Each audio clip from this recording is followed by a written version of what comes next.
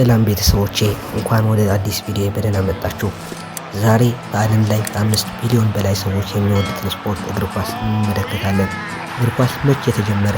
ማንስ ፈጠረው? እንዴት እስከ ቀላል ጨዋታ ወደ በዓለም ትልቁ ስፖርት ተቀየረ? ይህን ሁሉ እስከ መጨረሻ አብረን እንመለከት። እግር ኳስ የዛሬ 200 ወይም 300 ዓመት ብቻ የተጀመረ አይደለም። ታሪኩ ከ2000 ዓመታት በፊት ይመለሳል። በጥንታዊቷ ቻይና ኩጆ የሚባል ጨዋታ ይጫወቱ ነበር። ተጫዋቾች ኳሱን በእግራቸው በመምታት ወደ መረብ ያስገቡት ነበር። ይህ የእግር ኳስ የመጀመሪያ መሰረቶች አንዱ እንደሆነ ይታመናል። ከዚያም በጥንታዊቷ ግሪክና ሮም ተመሳሳይ ጨዋታዎች ነበሩ። ነገር ግን ከነዚህ ጨዋታዎች ዛሬ እንደምናውቀው ሕግ የተደነገጉ አልነበሩም። ዘመናዊ እግር ኳስ የተወለደው በእንግሊዝ ነው። በ1863 የተለያዩ ክለቦች ተሰባስበው የጨዋታውን ሕጎች አንድ አደረጉ። በዚህም እግር ኳስ ማህበር ተመሰረተ እና ይህ ዘመናዊ እግር ኳስ የተጀመረበት ዋና ነጥብ ሆነ። ከዚያ በኋላ ጨዋታው በፍጥነት ወደ አውሮፓ፣ ደቡብ አሜሪካ፣ አፍሪካና ኤስያ ተስፋፋ። በ1904 ዓ.ም የዓለም እግር ኳስ ፌዴሬሽን ፊፋ ተመሰረተ። ይህ ድርጅት በዓለም ላይ እግር ኳስን ሕግ፣ ውድድርና እድገት የሚቆጣጠር ዋና ተቋም ሆነ።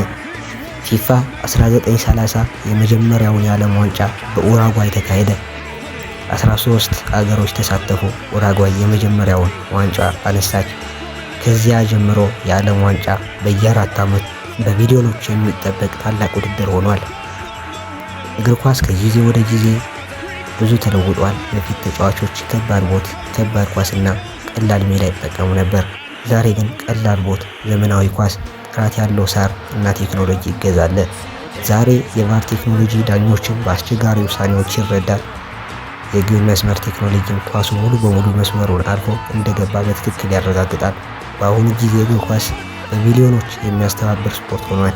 እንደ ፕሪሚየር ሊግ፣ ላሊጋ፣ ሴሪኤ፣ ቡንደስሊጋ እና ቻምፒዮንስ ሊግ ያሉ ውድድሮች በዓለም ዙሪያ በቀጥታ ይከታተላሉ።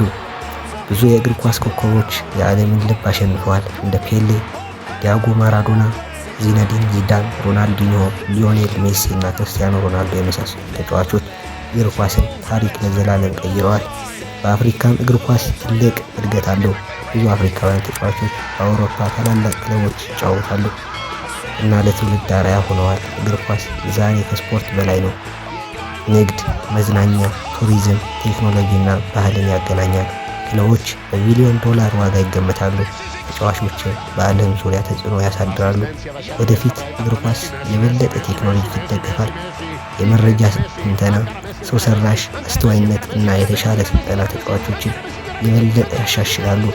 በመጨረሻ እግር ኳስ በቀላሉ ጨዋታ ተጀምሮ ዛሬ የዓለምን ልብ የሚያሸንፍ ታላቅ ስፖርት ሆኗል። ቋንቋ፣ ዘር፣ ሃይማኖት ወይም አገር ሳይለይ ሰዎችን በአንድነት ያሰባስባል። ምናልባትም ይህ የእግር ኳስ ትልቁ ኃይል ነው። ቪዲዮውን ከወደዳችሁት ላይክ እና ሰብስክራይብ አድርጉ። ስለተከታተላችሁ ከልብ አመሰግናለሁ። በሚቀጥለው ቪዲዮ እንገናኝ።